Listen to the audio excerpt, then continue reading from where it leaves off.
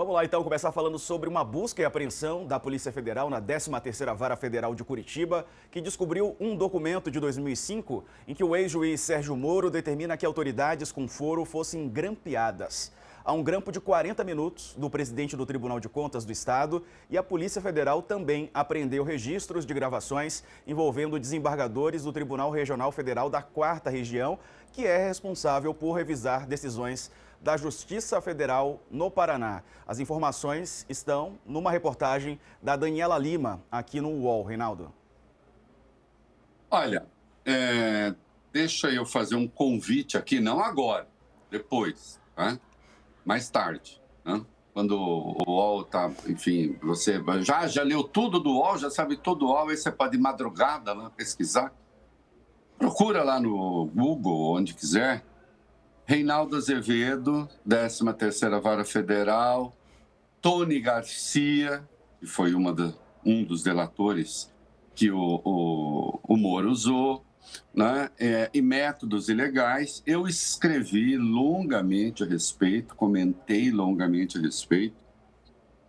Sei o preço que custou à época enfrentar o paladino da justiça, o grande homem, aquele que vinha para combater a corrupção e que hoje é senador, pré-candidato ao governo do Paraná, tentou ser candidato à presidência da República e é quem estava há pouco buscando uma maneira indigna, né, de fazer o projeto da dosimetria, que vai livrar a cara de golpista, se aprovado, andar. Esse é Sérgio Moro, paladino da justiça. O que é que Sérgio Moro fazia agora, comprovadamente, né? E isso se pegou porque o Dias Toffoli ordenou uma busca e apreensão na 13ª Vara Federal de Curitiba. Há lá o caso comprovado de um delator, Sérgio Costa, sendo usado, instrumentalizado por Sérgio Moro para fazer gravações ilegais de autoridades. Nesse caso, envolvendo Heinz Herwig, que era do TCE. Acontece que esse mesmo método foi usado, comprovadamente usado, com Tony Garcia, que foi delator, foi pego no caso do Banestado, em 2005, e depois foi delator da Lava Jato também. E ele usava o Tony Garcia, e sobre isso eu falei largamente já, vocês procurem nos arquivos, para grampear autoridades. Entre as autoridades grampeadas estavam desembargadores do TRF4. TRF4 este, que vem a ser justamente a instância superior que julgava os casos que passavam pela 13ª Vara Federal de Curitiba, onde ele era juiz. TRF4 esse, que não só endossou a sentença dele sem prova contra Lula, reitero, sem prova, e meu desafio continua vivo desde sempre. Desculpem ser chato com isso, mas eu continuo a esperar as páginas da sentença que condenou Lula em que aparecem as provas. Elas não existem. Né? Ah, isso ficou no passado. Não, isso é muito grave. Isso é muito grave. Porque se fazia espionagem ilegal de membros do TRF4. Você imagina o poder que passa a ter um juiz como esse, que nós já vimos pela Vaza Jato e também pelos dados da Operação Spoofing, tinha intimidade total com o órgão acusador, que era o Ministério Público. Mais do que isso, combinavam ações, combinavam parcerias. E também, por intermédio de delatores transformados em espiões, se sabia sabiam coisas ao arrepio da lei, né? Da instância superior, no caso do TRF4. Né? Olhem a enormidade disso. O que eu fico um tanto indignado, um tanto não, muito indignado, né? É que muitas dessas práticas escusas estavam, se não evidenciadas, Diego, mas elas estavam mais do que sugeridas ali no processo. Havia comportamentos completamente impróprios, irregulares. Teve aquela divulgação... Infelizmente, diga. Perdão. Teve aquela divulgação irregular, né, da ligação da presidente Dilma pro... na época, a presidente Dilma para o ex-presidente Lula, né, a época, que foi divulgado, e tudo isso era encarado com uma normalidade pela sociedade, né, como se fosse algo... Exatamente, pela sociedade e pela imprensa. E pelo judiciário também, né? Pelo judiciário. Ali ele ganhou um pito do Teori Zavascki, à época, mas não foi mais do que isso. Lembrando, e você lembrou bem que no caso desta escuta, quem estava grampeado era o Lula, mas aquela conversa já estava fora do horário, que ele mesmo havia determinado. Né? Então, e a divulgação foi irregular, foi ilegal. Mas tirada do contexto, sugerindo que era o que não era. Levou o Gilmar Mendes a tomar, por desvio de finalidade, tomar a decisão de suspender a posse do Lula. E depois, quando vieram a público as outras conversas, no ambiente em que aquela foi retirada, ficava claro que não era aquilo que parecia. Aliás, Jorge Messias, indicado agora para o Supremo, que não era a ideia de dar um documento para que a Polícia Federal não possa prender o Lula. Não era nada disso. No momento em que o impeachment, inclusive, estava em declínio, aquilo reacendeu as ruas. Né? Então, a gente tinha um político operando como juiz na 13ª Vara Federal de Curitiba. A gente tinha políticos operando como procuradores. Não por acaso, a maior estrela deles se elegeu deputado federal, depois cassado. Sérgio Moro é agora senador, candidato nas pesquisas, tido como favorito para o governo do Paraná. Né? E atuando hoje. Hoje que eu estou falando nesta quarta-feira, para livrar a cara de golpistas no Senado. Ele, que tendo condenado o Lula, sem prova, foi ser ministro daquele que só venceu a eleição, porque, afinal de contas, o Lula não pôde concorrer porque ele estava na frente. Não vou contar a história que não houve, porque, afinal de contas, aquela disputa não aconteceu, mas uma posterior aconteceu, né, com o Bolsonaro no poder. Né? E talvez a gente tivesse se livrado de diabólicos pesares, não fosse isso tudo. Né? Então, essa coisa do Tony Garcia, eu escrevi a respeito, quando isso apareceu, no UOL, em todo canto, falei muito na rádio, na TV, né, dizendo, olha, é muito grave essa acusação. As gravações estão... Há uma gravação vexaminosa, em que ele fica acertando com o delator como é que vai ser a divulgação e tal.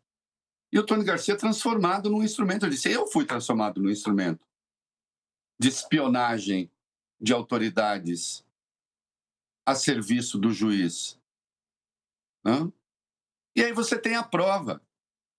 Isso é de 2005, ainda relativo ao caso Banestado. Os métodos se repetiram depois. Não por acaso, Moro teve... Quem foi o principal? O Youssef foi o principal delator do Banestado. Quem se torna o principal delator depois daquilo a que se chamou Petrolão? O Youssef. Alberto Youssef, né? Isso, Alberto Youssef. Então, assim, o mesmo, né, doleiro, uma espécie assim de delator de estimação, né? Sendo que a lei proíbe que alguém que tenha feito uma delação e tenha voltado a delinquir seja de novo delator. Né? Então, Veja só, a corrupção é uma coisa gravíssima no Brasil, precisa ser combatida. Nós estamos vendo o que acontece com as emendas, né? É um negócio absolutamente devastador. São 50 bilhões por ano. Parte importante disso vai para o ralo, ninguém sabe para onde vai. Né? Então, é claro que combater a corrupção é muito importante. Agora, combater a corrupção é muito importante e combater as ilegalidades no método de combate à corrupção também é muito importante. A gente precisa estar sempre muito atento para risco, porque há sempre a tentação de uma Lava Jato 2, né? Em que a gente ouve lá o outro lado, mas ouve, mas quando você vê, é quase como se fosse irrelevante. No caso do Sérgio Moro, olha o que isso custou para o país. Né? Custou o descrédito geral da política, um momento de não tem jeito, está tudo perdido mesmo, está tudo corroído mesmo. Quando vem esse sentimento, quando vem essa sensação, a chance de escolher alguém que parece que está fora do sistema é muito grande. E embora Bolsonaro fosse um político tradicionalíssimo, né? Tão tradicional que fez os 4 filhos políticos também, né? Mas, de qualquer modo, ele parecia fora de tudo isso que está aí. Né? Os políticos ditos tradicionais não serviam, porque a Lava Jato deu um jeito de, inclusive, chamar de ilegalidade o que ilegalidade nem era, também. Né? Então, tudo virou ilegal, tudo. E aí algumas coisas desastrosas aconteceram. Né? Uma delas foi a própria eleição do Bolsonaro, que depois se elegeu sem base, né? Fazia discurso golpista. A qualquer momento ele poderia ser vítima de um processo de impeachment, ele faz o entendimento com o Centrão e nascia ali o orçamento secreto. Né? E se escalava. O negócio das emendas começou com a Dilma Fraca, em 2016, emendas impositivas, as individuais. Com Bolsonaro vem as de bancada. Cria-se o mecanismo do orçamento secreto, as emendas de redação, que era só para ajustar coisa, viram a enormidade do orçamento secreto, e depois, no governo Lula, eleito com minoria no Congresso, tentaram tornar obrigatórias as emendas de comissão. Não conseguiram, mas é quase como se fossem, com o executivo permanentemente chantageado. Né? E hoje nós temos um verdadeiro poder paralelo via emendas. Né? Isso tudo decorre do modo como se destruiu o meio ambiente político, né? Com o senhor juiz Sérgio Moro, que continua aí. Né? E por incrível que pareça, nós vamos falar daqui a pouco da dosimetria. Nesta quarta-feira, ele está tentando acolchambrar uma ilegalidade na área do legislativo, da técnica legiferante, para tentar livrar a cara de Bolsonaro e dos outros golpistas.